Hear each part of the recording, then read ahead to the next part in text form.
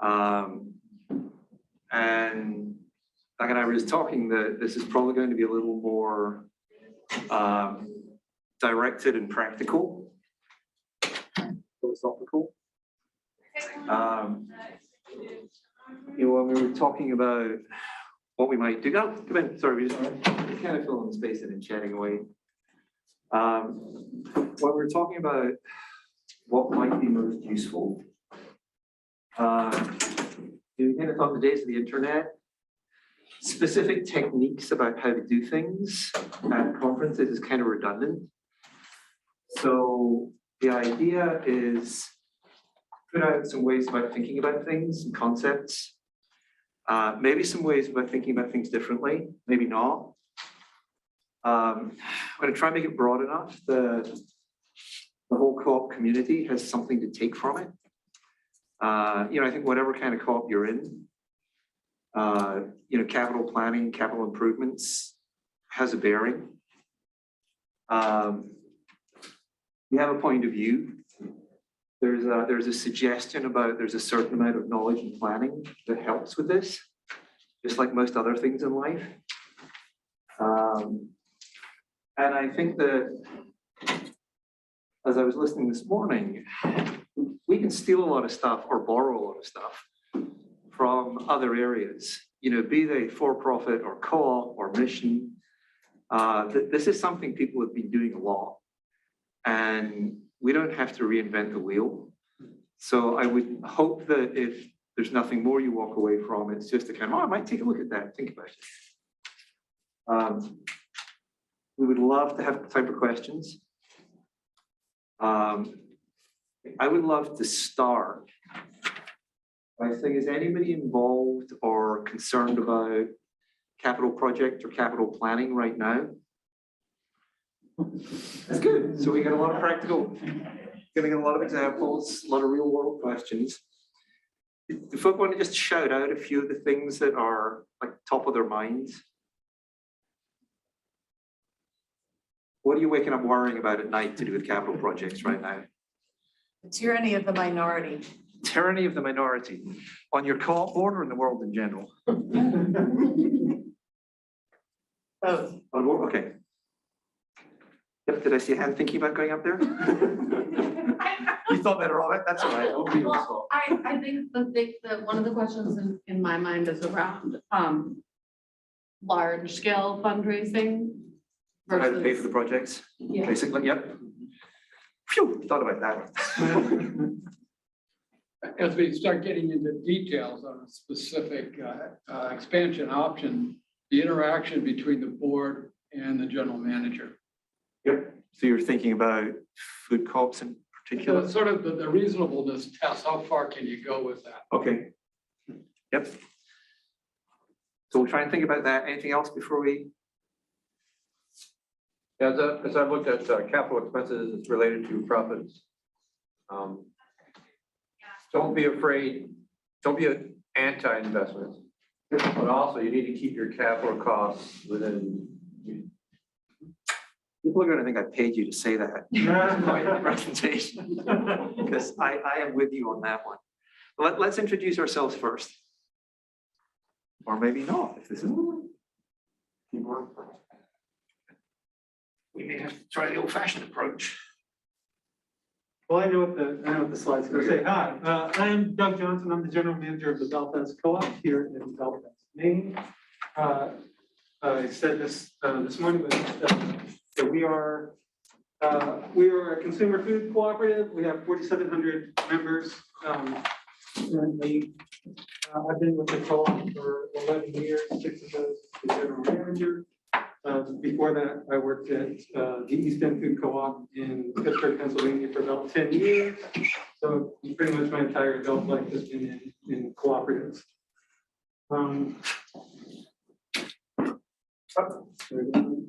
Absolutely.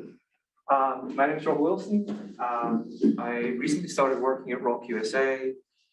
There's been some mention of our organization so far. Essentially, we are pretty focused on one purpose.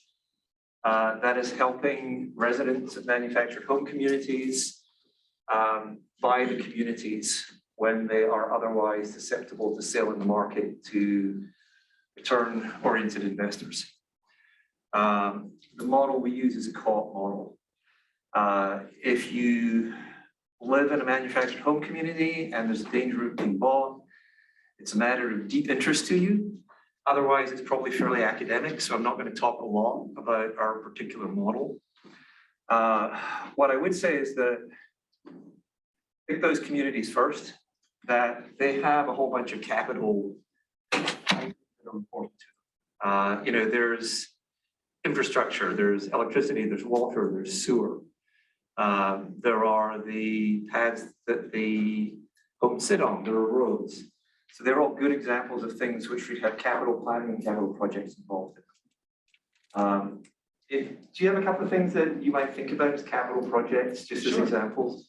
I mean, the thing about speaking about food cooperatives, the thing about your business is that every day, every year, things in your business are going to start breaking down, right? And there has to be constant reinvestment in the co-op. And you need to plan for that through your budgeting process, through your strategic planning, how you're seeing 5 years out, 10 years out, and you know, making sure that you know you're keeping an eye on how long your coolers have been running, because there's a shelf life on them. How long your shelving that you have, like there's a shelf life on shelving, right? So making sure that you're constantly being aware of where those reinvestments have to happen, because if you let them slide, if you don't do that reinvestment, then you're going to be paying for it in spades down the road. There's a kind, gentle audience that nobody groaned when you said shelf life on shelf. So just as a little bit of a level set, you know, so many times we hear people say that, you know, language matters these days, but I think it's worth thinking about some definitions here. And we've got a range of things that we're going to talk about. You know, there are day-to-day repairs. You know, there are things somebody might pull the toolbox out of the cupboard, or, you know, an on-staff mechanic might do. There's capital renewal. That's the kind of rather fancy investment phrase. It basically means, you know, as Doug was saying, some of your capital stuff, your equipment wears out, and you have to replace it. So in my mind, capital renewal is all about replacing what's there. And one of the big differences between repairs and capital renewal is repairs show up on your normal operating statements. You budget them in your annual budget. Capital renewal usually doesn't. You know, you have to be thinking about putting money away to do that, which you were alluding to. Then we get onto the even more interesting area that I always struggle to name, but I'll call it investments and growth here. You want to do something different? You want to buy something new? You want to bring in some new equipment, buy a new building? You know, we've heard about folks opening up new restaurants and brew pubs. You know, expanding, growing. So you have to think about how to do that. And that brings you back to that capital budgets and plans area, that you're dealing with your balance sheet, not just your income statement. You're dealing with much longer term planning. So thinking about those three things, one of the ideas I would love to toss out is you might analyze and make those decisions in different ways. So repairs is pretty easy. If it stopped working, or there's a health and safety issue or something like that, you fix it, and it's probably pretty quick and pretty easy. If you have capital renewal, you're probably still looking at the near-term requirement to maintain functionality. So let's say you're a worker co-op and you make bicycles. You have a lathe stops working, or the motor burns out. You need a new lathe because you're not going to be able to turn things otherwise. So the question there is about, where do I get the money from? Not necessarily do I do it. When we get into this investment and growth area, it's discretionary. You make your choices. And you want to be making good choices. And it may not, and with some areas of the co-op world, borrowing things from the world of business and finance sometimes doesn't sit well. But if you are using assets to produce revenue, you got to think about how much revenue you're going to create with the asset you buy. So what's your return on investment? Like, how long is it going to last for? We heard some of that with the solar this morning. You know, you put a chunk of cash up front, and then that buys you free electricity for, what was it, 11, 16 years or something like that. So there are techniques to figure out the return on investment or payback, that if you're doing this long-term improvement, it's probably worth doing a little bit of research on and finding out how to do that. Sure. I mean, I think the biggest part when you're talking about capital expenditures and you're talking about renewal and you're talking about growth is making sure that you have a process, right? So, and I would say, like, if you're appropriately doing this, if you're appropriately planning for all this, you're doing all three of these all the time at the same time. So you're always thinking about those immediate things that you need to conquer right now in order to keep doing the thing you are already doing. Plus, you're looking just a little bit ahead, right? And if you're, so that you know the things that you want to, that you're planning on reinvesting in. And then I would say, if you're really on your game, you're building out this growth strategy, and the growth strategy actually can feed into the other two, right? So I think for our co-op, every year, as part of my process, I present an annual business plan to the board that includes the budget for the next 2-3 years and a capital budget of the things that I know that I'm going to want to replace in the next year. The thing that we have been working on lately, we're doing a little bit more long-term growth strategy and coming up with, we have a renovation project that I've been working on for a while, and there's a list of fixtures that are part of that. So when I'm building out my renewal budget, right, when I'm building out my capital budget for the next year, I'm also looking at that long-term plan and saying, okay, if I'm going to invest in this as part of my renewal plan, I want it to be able to fit into that long-term plan, right? And if you could be doing that all the time, like you could constantly be looking, you know, right now, here are the things I need to do. Here's the things I want to do in the next year. Here's the things that I want to do in 5 years, and using that to plan out all of your investments. I think that would be an ideal strategy. It's probably not possible for everybody, but I think it's a good tack. And I would say to the question about how do you deal with maybe capital investment being a minority view on a board or in a group, if you follow this analytical process, and you can very definitely say, we spend X now and we get Y here in the future. Or, you know, by doing this, we will get this, this, this, and this. Or even with the investment in growth, you know, we spend $25,000 on this now, and over the next 5 years, we will save $45,000. So I think being able to connect those to the original conversation, so you have the information to feed into it, which has to be from some kind of credible source. It can't just be kind of like, oh yes, of course, I guess that. You take some of the emotion and the personal pieces out of conversation, and it becomes a discussion about, are the assumptions right? Does that sound good? Is this what we want, or do we want something else? As opposed to just kind of, wow, you're trying to shove this down my throat, I may not want it. So I am going to take the opportunity to get my soapbox out and talk about an issue which I think should be considered more, which is preventative maintenance versus reactive maintenance. Are those phrases that are familiar to anyone, or? So there's one chart here particularly I want to get to, and before I came to Rock, I worked at St. Joseph's College, and the facilities director that I worked with was also very involved in this project.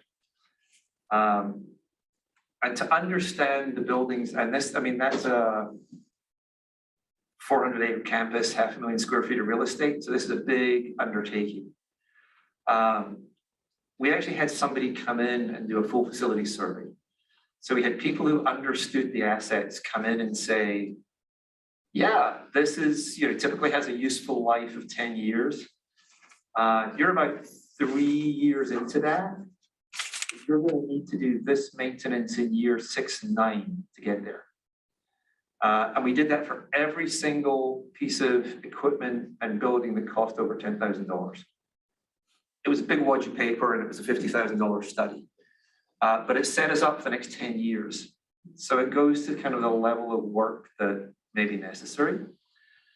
Once we had it, we could actually just put the report straight into a budget planning spreadsheet, piece of software actually. And all of a sudden we knew what the bogey was. Without doing that, and like a lot of places, the college had got itself into a position where it had deferred maintenance. Familiar phrase to people, deferred maintenance? They call it, it's shocking. I always talk about it as the cholesterol of the planning process. Because by putting off capital investment or pretending it's not really as much as it should be, seems great at the time, but boy, does it catch up with you over time. And there comes a certain point, where the coronary happens, where you can no longer get back from it. So part of what this does, this is why I like this. This is the graph I like. This is what I wanted to get to. So essentially, this is how well something's working. And this is it working at sort of peak performance. This is good enough to get the job done. And this is, we got to throw it out or replace it. And this is based on a whole slew of data on largely building systems. And the scale is real. That if you just do the work when it's necessary, you hit this line here, because stuff wears out and the useful life is shorter. If you have a planned process, you get this much extra for the same cost. And I mean it staggers me that you can get that benefit for nothing if you do the work and get organized.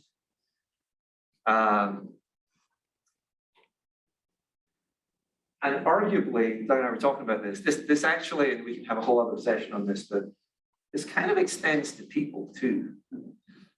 People working in the co-op, and a little bit about what the keynote was saying this morning. You can make the investment in people that does the same, that will keep them engaged in their current jobs or keep them engaged with the organization longer, and actually means that they also stay more positively, have a more positive attitude to the organization if and when they leave. Or I put soapbox away now. I mean, there's, and I think that you can get measurable returns on this. I have a presentation that I did for a couple of years where I showed. So I took over in late 2015, early 2016. And if you chart our sales growth as a cooperative, you could see that we were on declining sales growth for a really long time. Tons of deferred maintenance, tons of deferred maintenance. I always felt like everything was falling apart all the time. So in late 2016, early 2017, we did some reinvestments. So at the time, had no idea what we were doing. We didn't talk to professionals. We just kind of had some gut feelings about like, okay, if we did these few things, I think we could turn things around. So we started investing a little bit more. And you watch that sales growth line, and that includes people. That includes, talking about having a culture of continual improvement when it comes to staff relations, when it comes to customer service, when it comes to all the things that people want out of co-op, right? So you chart the sales growth line, and like when we start doing that reinvestment, that sales growth line starts going back up the other way, right? So, and that's something that I can show, that's something I can take to the board, that's something I can take to owners and say, look, like this is what happens when you reinvest in your business. Things start to turn around. And if we had continued down that path and just let things degrade, it would have just kept going down.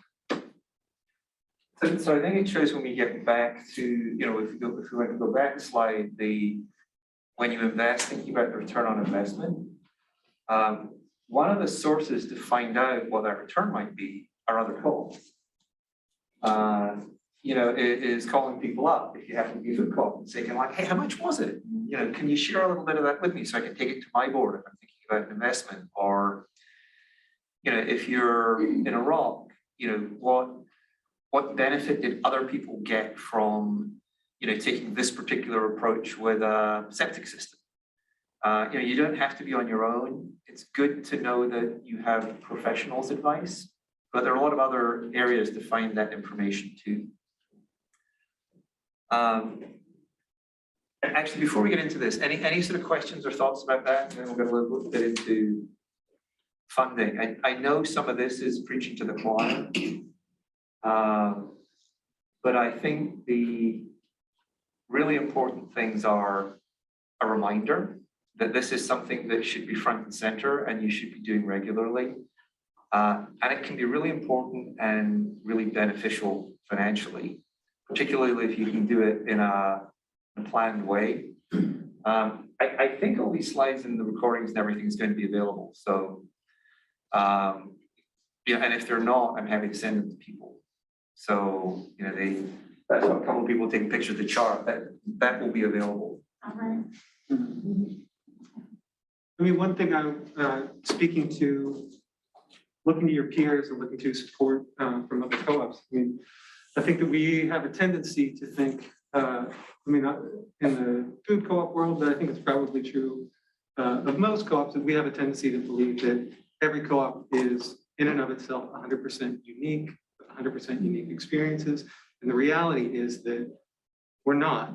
That a lot of the and I think that we find that out when we have gatherings like this, like the frustrations that you're dealing with, the operational problems that you're dealing with, someone else has probably already tackled that and probably already has a pretty good solution to it. Probably has a spreadsheet that you could drop your numbers into, and it's going to plan out what your 10-year projection should look like. So I think that when it comes to all of this, don't feel like you have to start from scratch. Don't feel like you're alone. Don't feel like you can't reach out and ask other people in the cooperative community for help, because in my experience and in my career, it's been invaluable to me to know that I have peers out there and people that I can turn to. You see, we're desperately trying to make sure this is principle 6, not principle 5, which is education. So then to the next piece. Maybe is where the rubber hits the road on this, is actually funding. As you said before, repairs are really out of your operating budget, or will be based on, last year or the last few years, plus a little bit of informed guesswork about what might be happening this year in comparison to those previous years.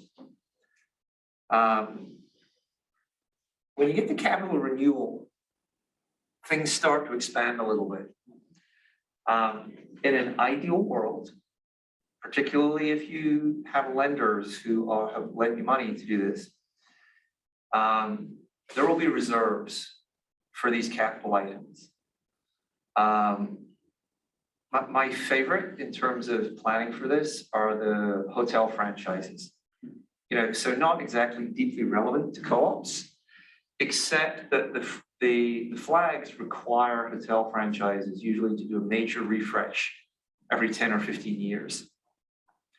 And it's stipulated how much money they have to put aside, allowing for construction inflation so that they can do that in year 10 and they don't have to refinance or anything. They've done it with cash is sitting there. That's a great situation to be in if you can get yourself there as a co-op. It could easily mean that you have to persuade your fellow members that that's an investment in the future, that it may be a decrease in a distribution immediately, maybe an increase in a lot rent. It could mean, a short-term sacrifice And understanding that difference between the short-term sacrifice and the long-term gain is actually what the economists define as economic maturity. Anyone who has lived through arriving at a major capital event with no capital will not want to do it again. So I think one way of helping people have that conversation and discussion is talk to some folk, you know, at CDI or, you know, in gatherings like this, and talk to them about instances where capital planning went wrong and just how precarious it feels. You know, there are other sources. If you have the capacity to borrow, there's the opportunity to borrow. Then I think you need to get into either yourselves or look for some help. Go to an SBA small business advisor. You know, go to any of the, you know, the CDIs, any of the co-op advisors. Go to people who can actually help you figure out, is it worth me borrowing this? You know, will what I borrow pay back? Or am I just making life hard for myself in the future?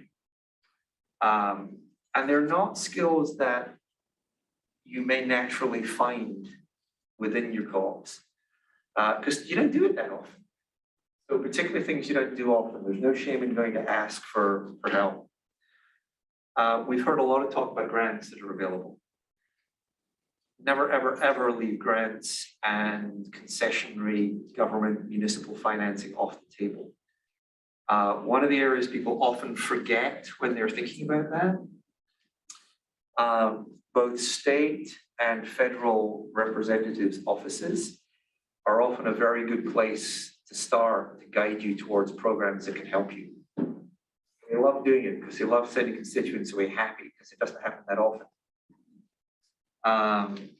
You know, there are a lot of government programs out there. So whatever the relevant federal agencies are, whether it's the SBA or the FDA or, you know, whoever, make sure you know who they are and you follow up with them. And last but not least, similar sources of funding for investment and growth.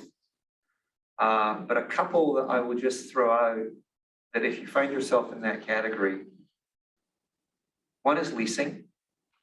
I mean, a lot of people would argue that's kind of the same as borrowing, but it's certainly an option you should think about rather than owning. The fourth, which people often don't think about like this, but I always think is an investment alternative. You might be able to outsource part of the process.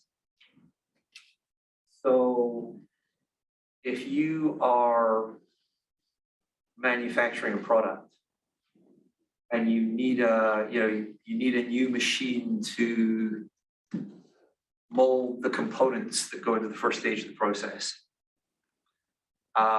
as well as looking at whether or not you should buy the new machine, you should actually look around and see if you can contract with a guy down the street to make them for you and what he charges you for them. Because you may find out that he's making them for half what you could ever make them for. So I think smart sourcing or outsourcing is another option or alternative there. One thing that, as cooperatives, one thing that we have that other businesses don't have is the ability to go to our owners to help with financing projects, right? So you can have if you have a project, if you have something big, part of a big growth strategy that you're working on, you can go to your owners and have a capital campaign and say, hey, here's an opportunity for you to buy into this thing. It's going to be great. Look how great this thing is going to be.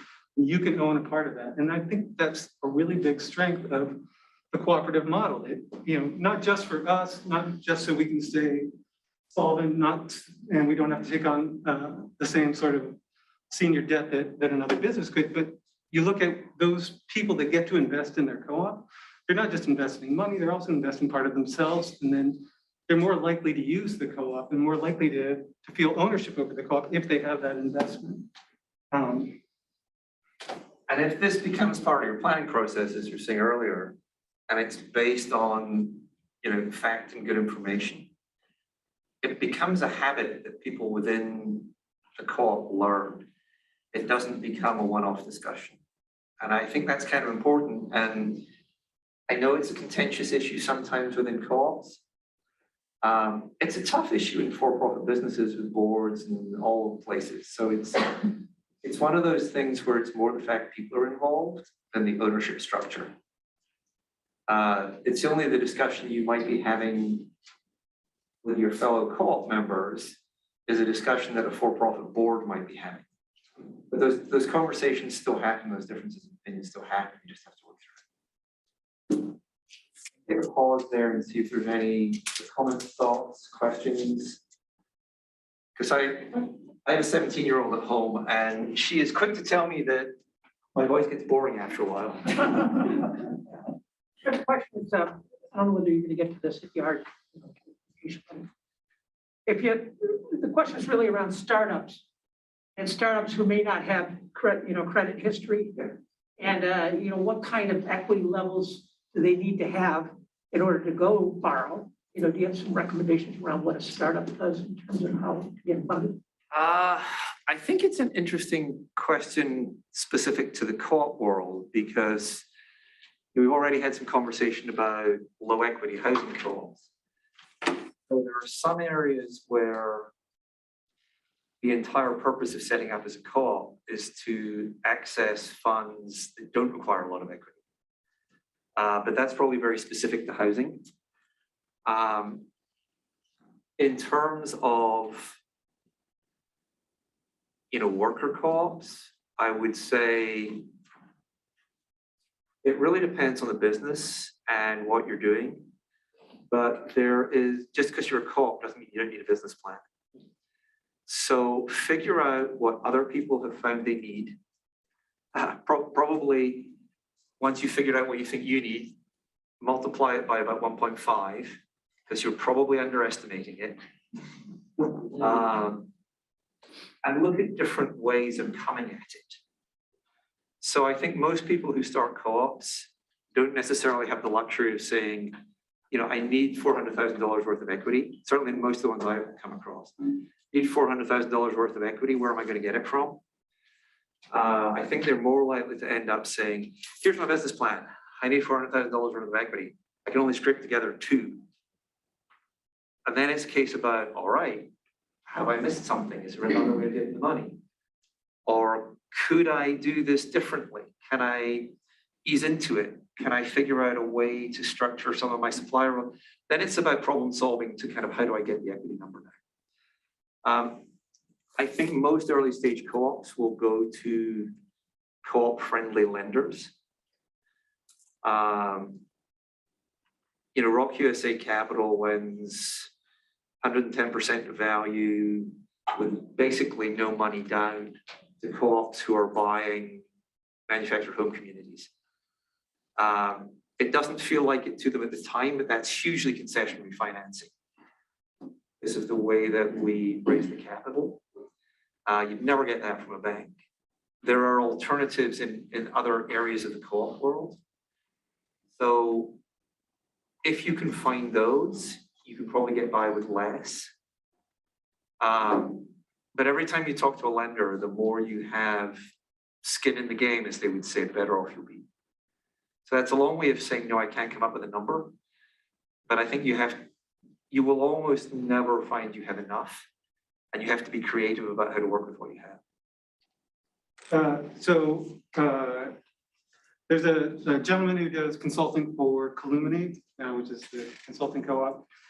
His name is Don Moffitt. I've worked with him in the past. He's really smart. He and I just had a conversation about this the other day because he works with a lot of startups.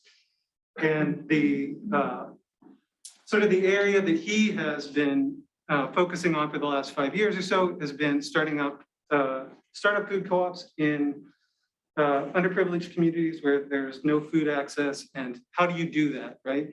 And his role, and if anybody is interested, you should totally reach out to Don because he's great and he'll talk to you whenever you want, is to start up with no debt.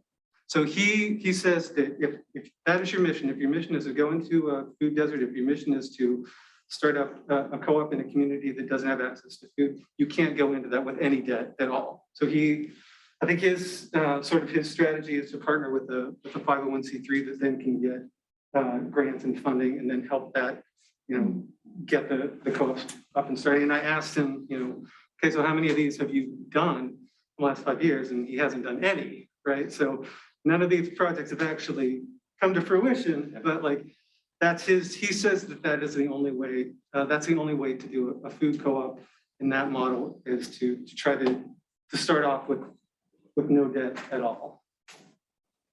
I think you have to test that personally because I can be rude about MBAs because I have one. I can be rude about CFAs because I am one. That's a really kind of mainstream finance answer. That is a very much kind of like, if there's a risk, you shouldn't have debt. And if that was true,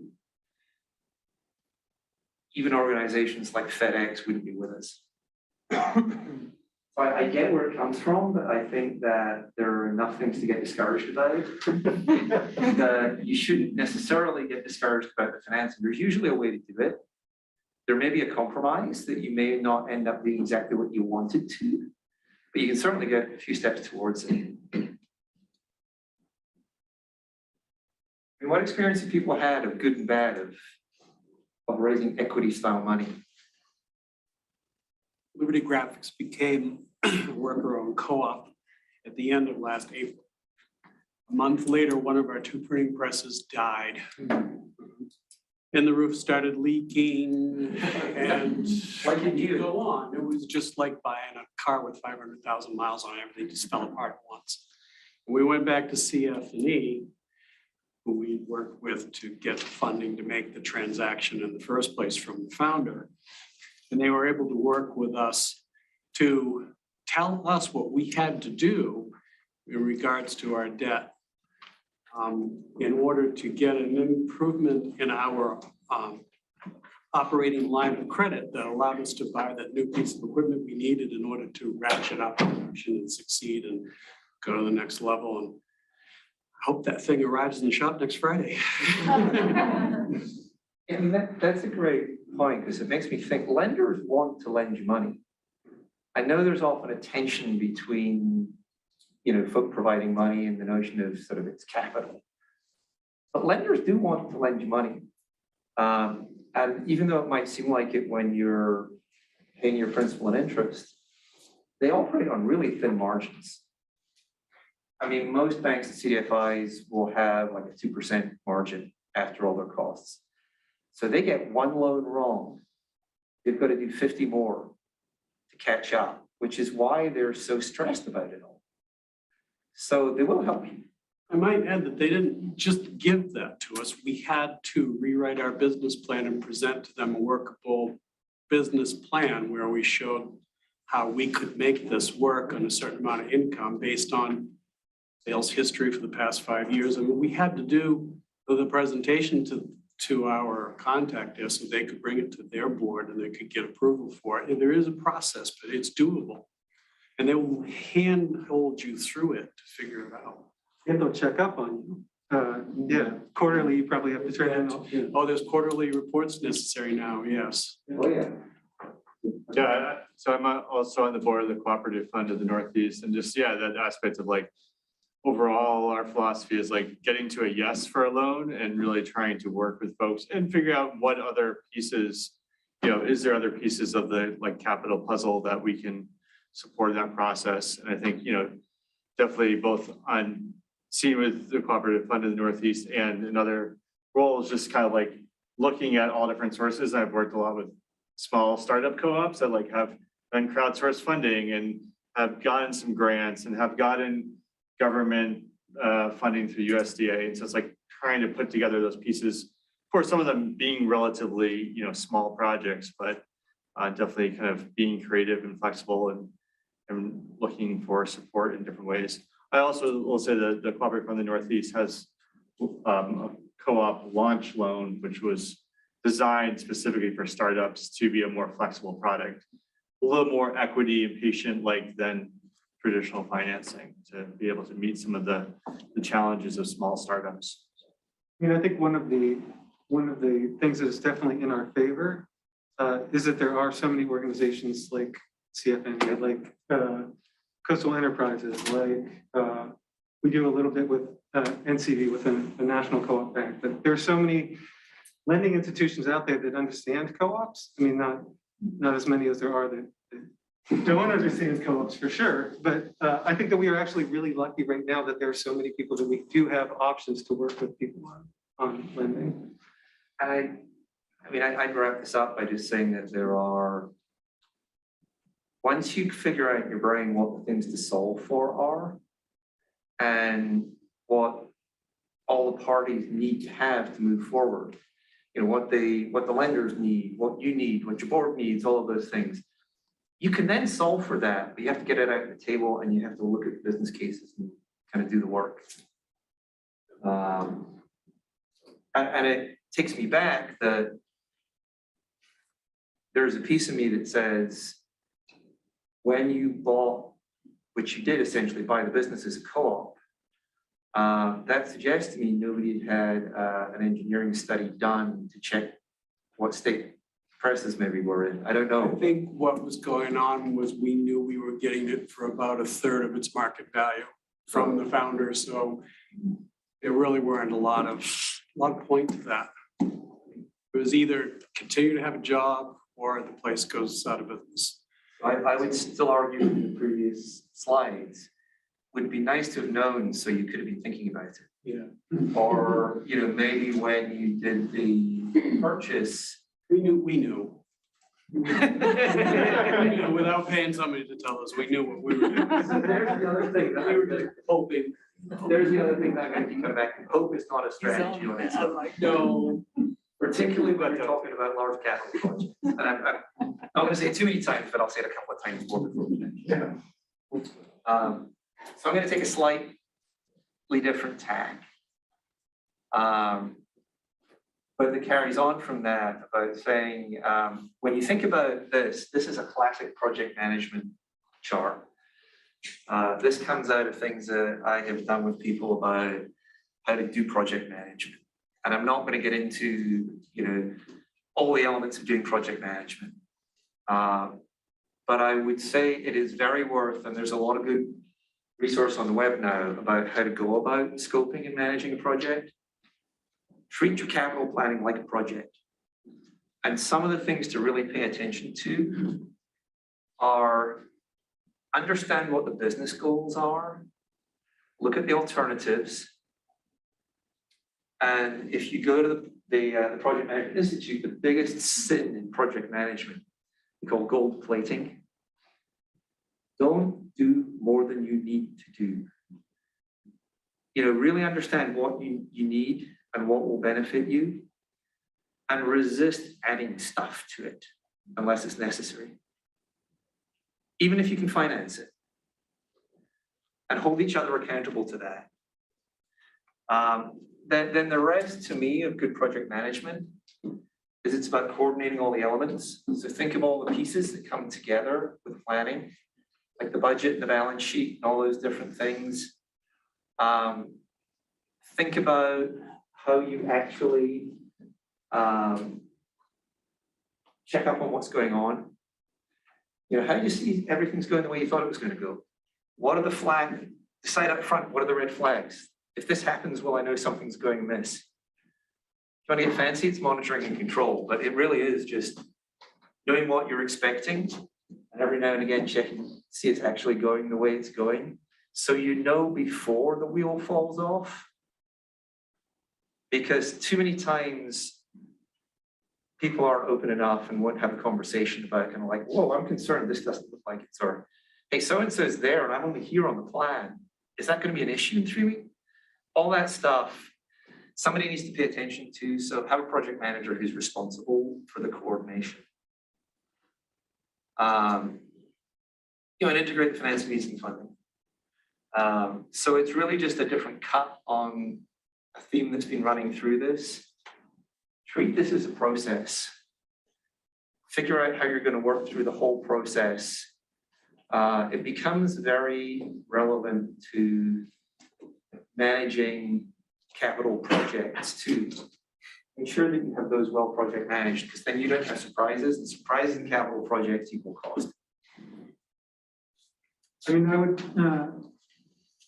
I would also say, like, when we're talking about process, like for any of the directors that are in the room, this is why it is good to have a set process for how you hold management accountable, and that you're monitoring regularly and that you're monitoring thoroughly, right? So when you start to, when you get, past a project or past a capital expenditure, know the things that you're looking for in order to see, to make sure that the thing is working and that you're not getting into that place where the floor falls out from underneath you. So for management, being really clear about your process on how you're setting capital budgets and capital expenditures, and for directors being really clear about your process and how you're holding management accountable. So Doug mentioned that in terms of a capital stack, co-ops have the special benefit of being able to secure loans from owners or preferred shares. And when you're talking about a diverse capital stack, is there, kind of any wisdom around what's important to secure as a base and then how you add on to that?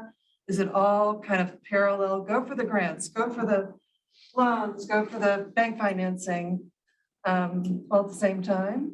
I would say every situation will not be different, but there are going to be groups of situations where certain things work better. So I would say it's an iterative process where you'll probably say, here's what we need, here's how much we have to service that capital, what does that mean? So that might start you off saying, okay, so we're going to need some concessionary funding. So we got to go and pay attention to the federal sources and the philanthropic sources. And then you start to zero in and say, okay, so at the bottom of the stack, we'd really like $100,000 worth of equity. Where are we going to get it from?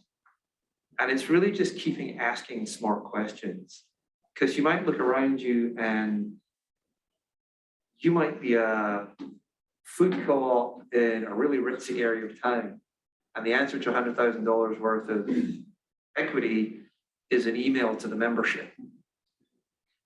It may be that you're a rock, and the idea of suggesting that everybody kicks in $3 or $4 grand is not going to make you the world's most popular resident. So you recalibrate. You say, okay, so where does that put us? What works for us? Is that work as an answer? It's not meant to be evasive. It's Yeah, no, I got sort it. of try and get you on a track of how you piece it together. Thanks. It's possible. I mean, I would also assume, like, if you're building a stack of money, like grants, you don't have to pay back. Right? So that would probably be. Well, careful what you wish for, because when you look at grants, check to see what the grant criteria are and how long it goes on for and what the implications are. I mean, I always used to, I spent a long time working in the market tax credit program, which does huge subsidies for the projects it funds. I always used to tell people if they could find a different source, use it, because there's no such a thing as free money. The reporting and the restrictions and the structuring and the legal bills still mean you come off very well financially, but the mental anguish and the time, you have to make a value judgment if it's worth it. Sorry, was there? Oh, I was just going to echo that the whole thing with grants was a big part of the situation with CF&E. We're a company that does about 1.6 million gross in the course of a year. And in the last year, we went through $500,000 worth of federal grants. And it would require a massive amount of human capital on a part of business our size to make sure we jump through all of the procedures and the hoops to get the money in the first place, get the debt forgiven, documented for CF&E. It was an undertaking for a small company, but we survived it. We got through the pandemic, and now we're poised to try to vault to the next level. But you really got to put a lot of work into it to make that work. You gotta have partners that help you understand what you're doing. I think you're probably talking about PPP. So Yeah, this that advice was one of them. Yeah. this advice will not hold. Find someone who's done it before. Yeah, there's no substitute for experience. Reach out, find somebody who's done it before, get some help. And I think this just in kind of finishing up is a page from a spreadsheet that, again, Sean from St. Joe's was kind enough to reshare with me. This is part of a 3-page workbook that I did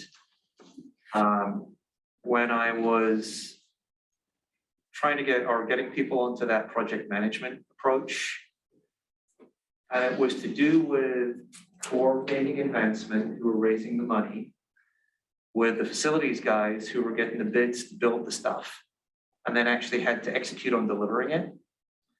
And it was designed to connect the budget to the fundraising activity, to the way that the construction costs were moving in the market, and the scheduling of when we could do the project, because it involved a bunch of demolition, which we could only do at certain times of the year because you can't demolish something when students in it. It doesn't have to be that complicated. This was a $12 million project. It was a big deal. This and a couple of summary pages and input pages was all that we actually had to put together to do everything that we've been talking about a little bit more.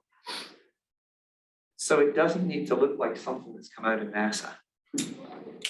Once you really understand what's going on, it's pretty simple. And I see some skepticism on some of the faces, but I promise you it's true. Once you've hit the right level of understanding when you can get something simple like that up that has the absolutely key things that people need to watch and then coordinate people. If you can't do it, you probably need to take another couple of runs through in how you're going to do it to see you've got your arms around it. So I just thought I'd share that. I think that's it. Yep.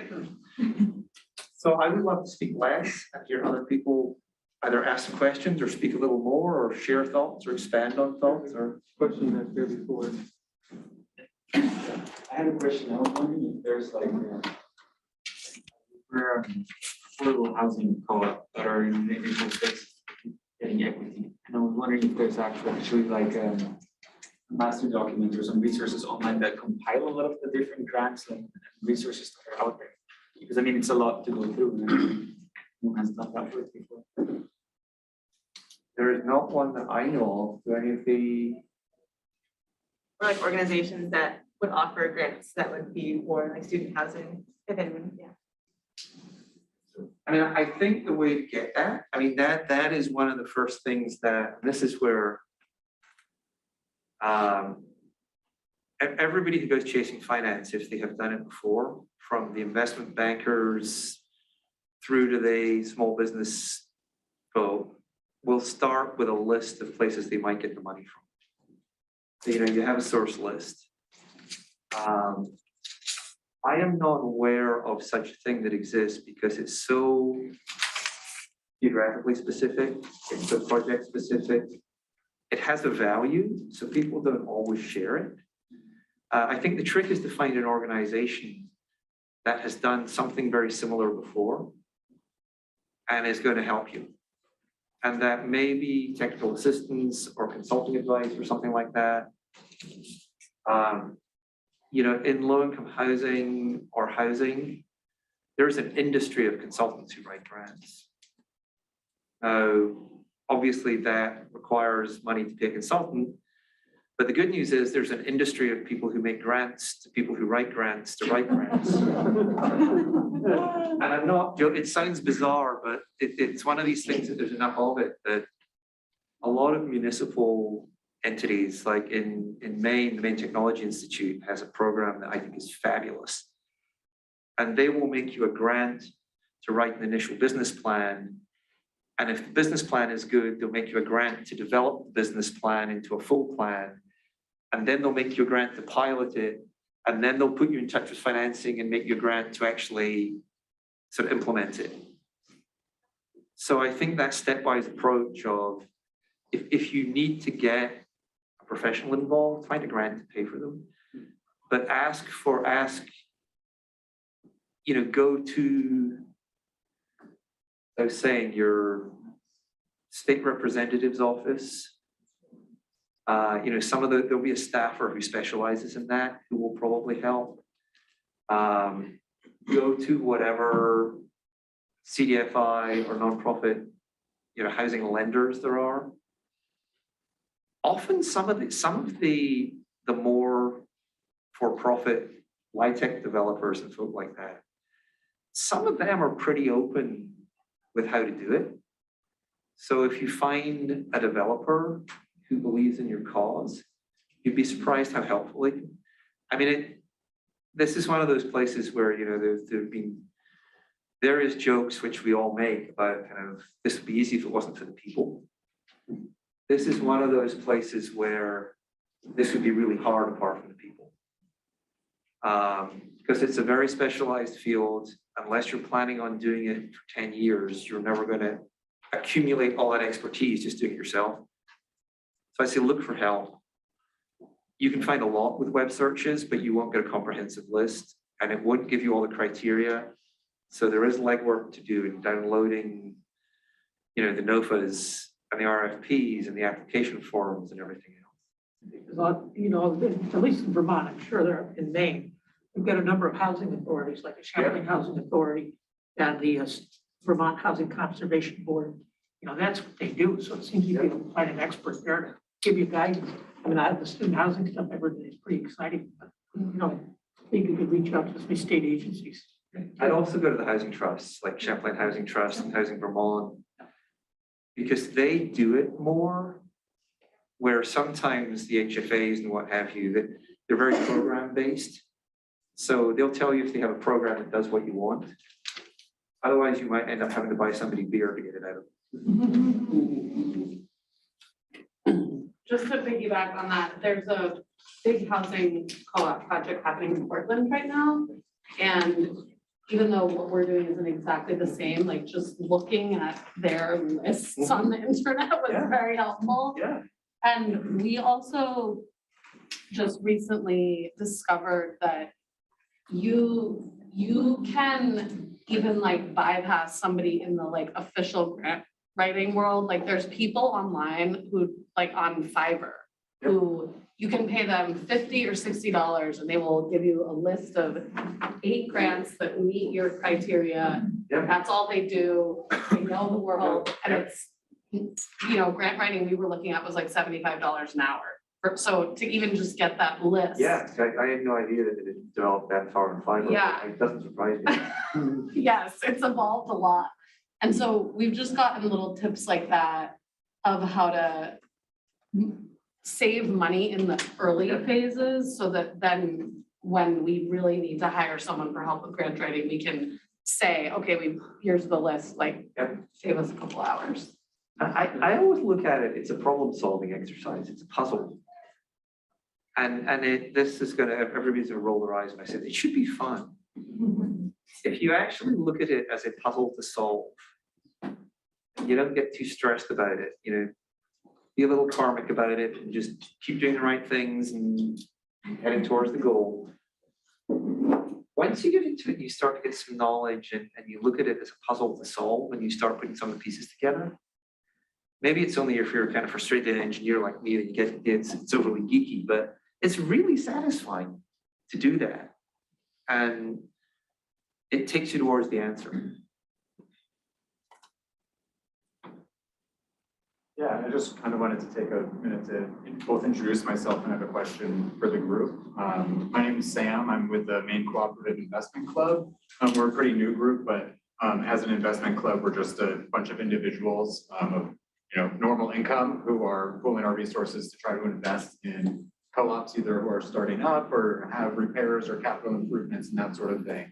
And so if anyone is in the boat where they're looking for help and capital in those sort of ways, I would love to talk, whether it's at the reception later or try to find me in the hallway or something. A relatively new group, just 10 members so far. I think we've got about $12,000, but with monthly contributions, that keeps adding up, and we'd love to find some folks here to started to play it with. Yeah, so I mean, even this is a microcosm. You start to see there are all kinds of things just start opening up in these conversations. But we've got very, hung up is the wrong word, we've got very focused on the financing piece, which I know is a big piece. But I want to circle back and just see if there are comments or questions on the capital planning. I really like what you were saying before about how we worked at St. Joseph's, we were able to get someone to come in and basically look at all of your, anything over $10,000 and look through what it was gonna be. If you were gonna say not bring in an individual like that, how would you say a small business would go about sort of documenting what the capital cost might be, what's the most expensive equipment that might fail, the lifetime of that, all that kind of stuff? So I would, thinking as I speak, which is always very dangerous, but I would say if you have real estate, if you have actual real estate, you can generally find someone who, is either a contractor or, knows that stuff, who'll walk it with you. Particularly if you happen to be able to give them beer. No, you can penetrate that. I mean, so somebody who knows those kind of things. Vendors are often a good source for things like, if the HVAC on the roof is making funny noises. Service vendors will sometimes help. Sometimes somebody who doesn't work for you currently will do that as part of business development. Manufacturers should be able to give you some information on useful life. So, actually go back to the specs and ask the questions of when the engineers come in, or if you're having regular maintenance done, ask them.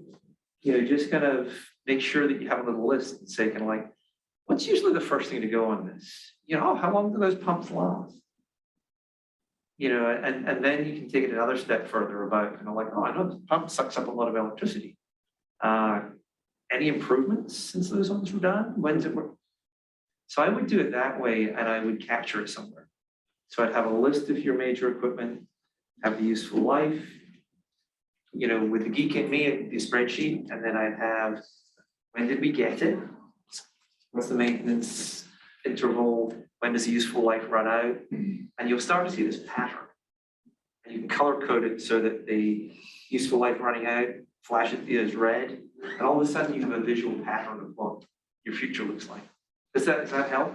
It's very helpful. One of the things that we run into though that can be difficult is when you're dealing with someone who does the actual maintenance, they're like, oh, you should have this looked at monthly. It's like, if we paid you to look at this monthly, I bought this used, within 6 months, you would cost more than what it cost to buy this 2 years ago. So it's like, how do you sort of take into account, the manufacturer's gonna say a lot of maintenance because they want it to last as long as possible, but like, it's sort of hard to just sometimes bridge that gap about like what's really useful and what's a good business model for someone else. I have, and my experience is, obviously just a sample one.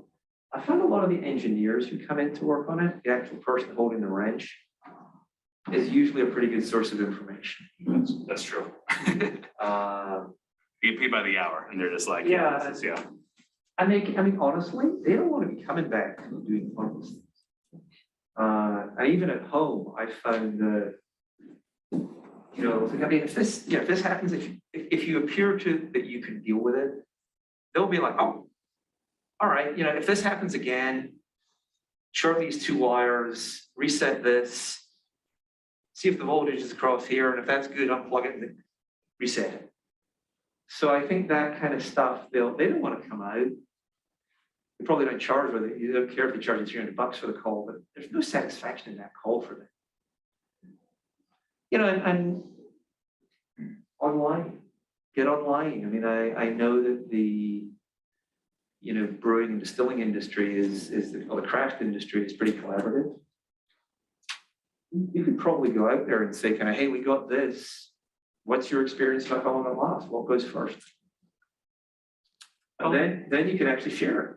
Then you could put the spreadsheet up and just let people add to it. How long have you been in the business?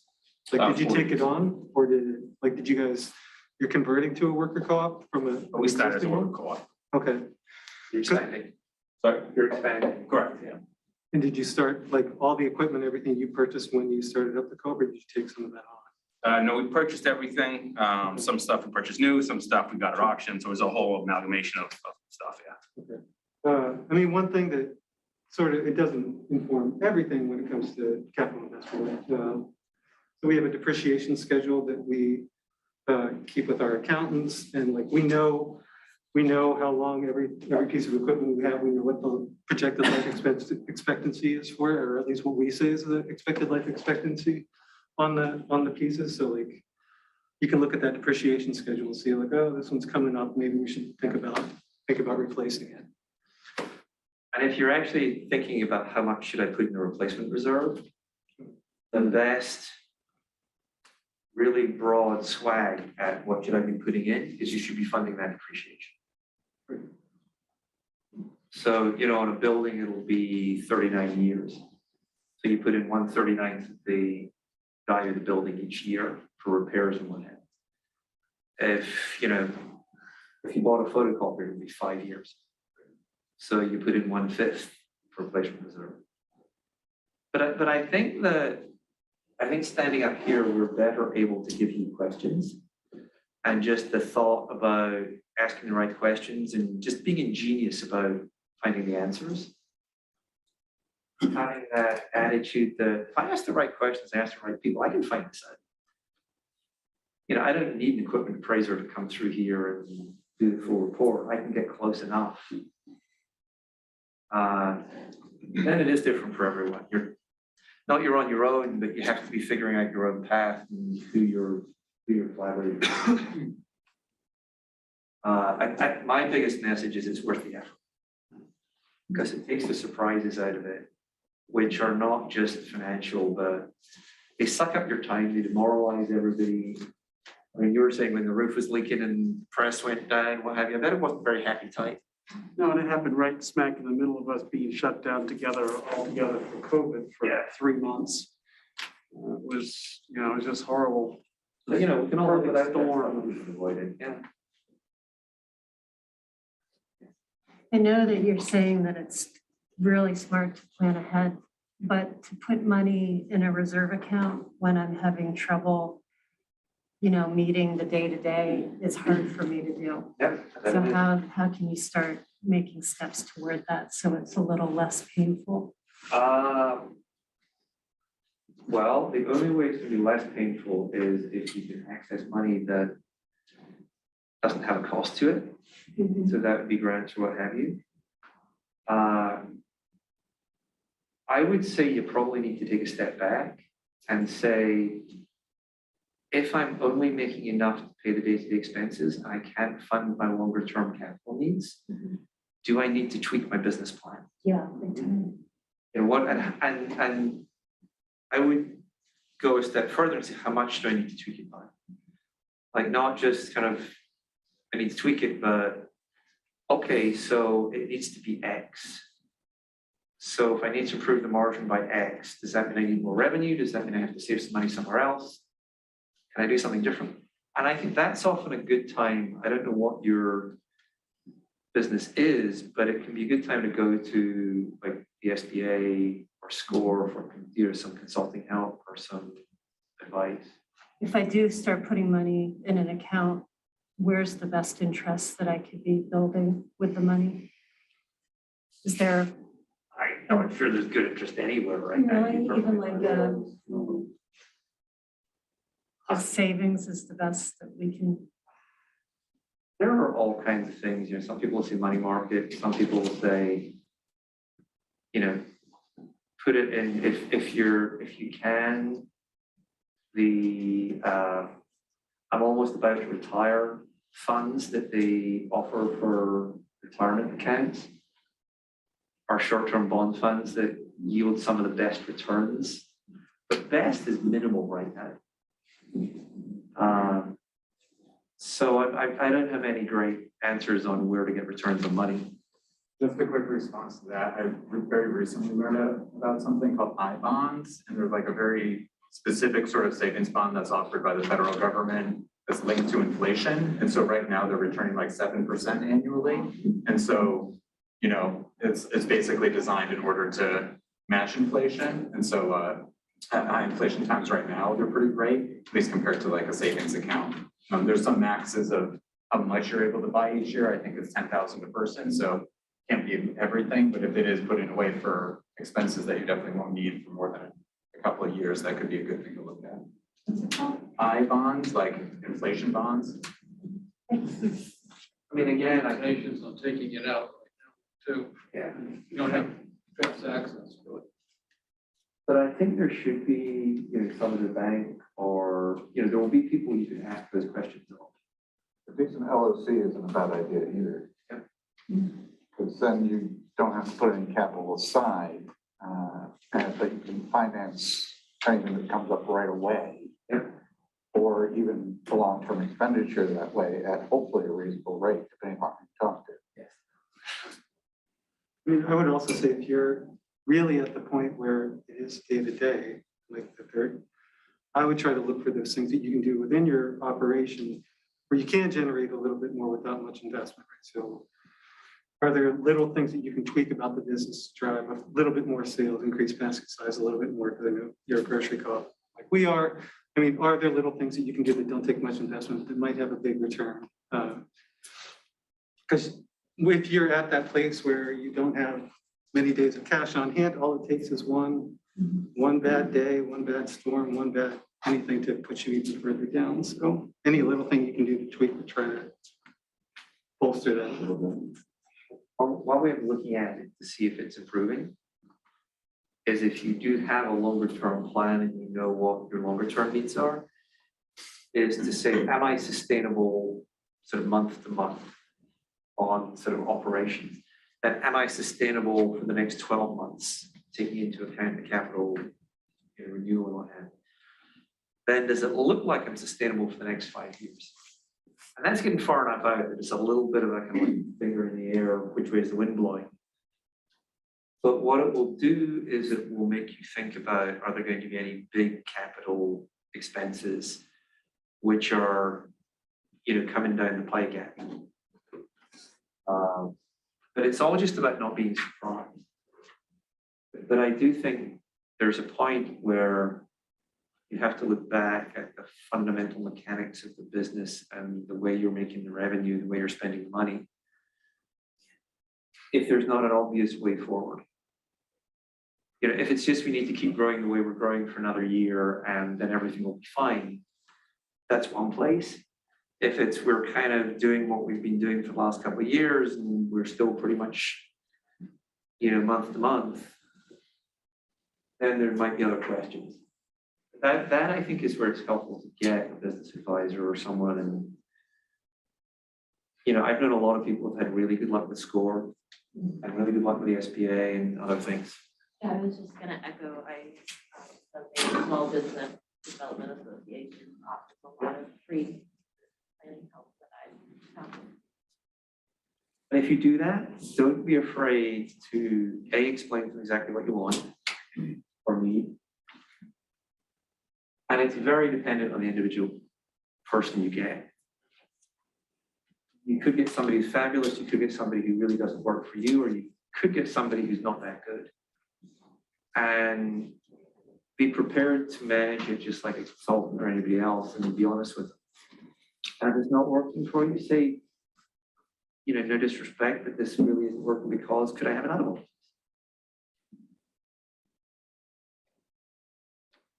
I'd like to ask if you sell online, do you have much of an online presence to sell to? We do, but it dropped. The reason that I say that is that we decided to pivot about 5 years ago and increase our online presence. And our online retail sales have doubled or tripled every year since we did that. And we're at a point now where there's some upgrades, like boost things you can take advantage of on the social media platforms. So it costs almost nothing, but they yield a massive increase in online retail sales. And for us, our online retail units sell for twice what we sell wholesale. So we're actually looking at tweaking our business model to invest more in that revenue stream and less in the wholesale side because it's been so productive for so little money up front. For whatever that's worth, If I can add to that, I'm a business advisor for the community concerts for the SBA. So what you've been saying is absolutely true.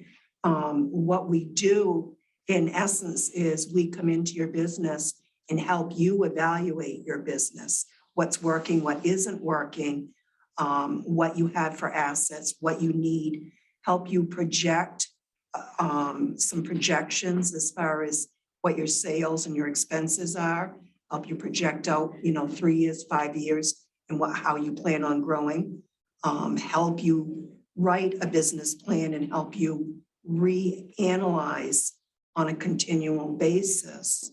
Is it working? Is it not working? If it's not working, get rid of it and try something different. Some businesses get locked into doing the same thing for 5 years when the world has changed and COVID has changed the business world in general. And like you said, people aren't as used to walking out into the store and looking and touching and feeling and buying. So the big retail location may be spending monies to keep a retail location visible when they can reduce that and increase for, online services and, mail order and stuff like that. That's the way people are shopping now. So, kind of analyze your customer base. What is it they're looking for and what is it they want to buy? Is that geared towards what it is that you're offering? So find your customers that your product is, but keep in mind what your customer wants. If that sounds overwhelming to you, let me assure you that when I go into the office with these bright young guys that we've set free to do this for us, he'll call up a screen on his computer and he'll show me metrics for the last 5 years of line graphs and analysis and patterns like that you can't get from running reports out of your database and trying to figure it out yourself and putting it on spreadsheets. These online platforms offer you the metrics that are just amazing tools to figure out. We give you the templates to, put your business information into these so that you can self-analyze. And any lending institutions that you go to borrow money, whether it's a grant, a loan, or what have you, they're going to want very similar information. They're going to want past financials, past performance, future analytics. And, we give you the tools to work with to get that information. There's a question. I just have a tip for anybody who might need it. You can go to the SBA or Women's Business Center and ask for a document called a Schedule A. You might already have it if you already got financing, but a Schedule A will identify all of your most valuable capital assets and what you should be making sure are running on track and what you should be thinking about in terms of a sinking fund or protecting that asset down the road. And that's a free resource that you can get from a business advisor, and that will give you exactly what equipment and assets you need to make sure that you're protecting. And you should be keeping that list of assets, as you say, for your depreciation every year anyway. So when you buy something new, whether it's used or brand new, it goes on your list and you project out the life expectancy of it, what your depreciation is going to be, what your maintenance is going to be. So you're planning on what's coming up for expenses that way.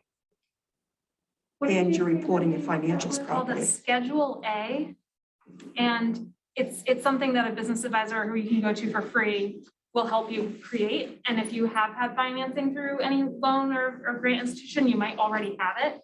But that's a creative, free way to identify exactly what your capital assets are. I'm just glad the depreciation doesn't always follow the actual life of. Yeah. Sometimes it's like, I don't want to pay taxes. It's a good place to start. That's why we're saying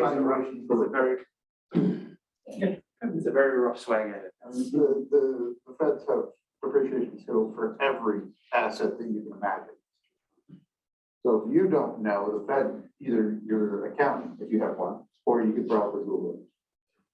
There's gotta be a depreciation schedule for it. So I'm just saying, my accountant and CPA is saying our things are depreciating much quicker, so we don't have to pay taxes sometimes, that's all. I was gonna say, let's talk about depreciation. This is about operating life. Yeah. But operating life is a law of physics. When they design this equipment, they take what they call the mean time between failure for each component, add it all up in a formula, and they come up with the operating life. So when you buy a used piece of equipment, it's really important to look at that because you can't really get around operating like, I think you made that point, but I just want to stress, there's no magic to it. This is all laws of physics. So, you know, that you really have to pay close attention to what the operating like piece of equipment. Yeah, you can stretch it a little bit by doing the right maintenance. You can avoid catastrophic failures by doing the right maintenance that may cause you delays, but just, no, stuff wears out. Yeah, if you know, I don't know whether you've had this experience, if you own a car and you bought it new, your headlight goes out, well, the other one goes out, pretty much goes, you might as well change both. They both do at the same time, because that laws of physics applies.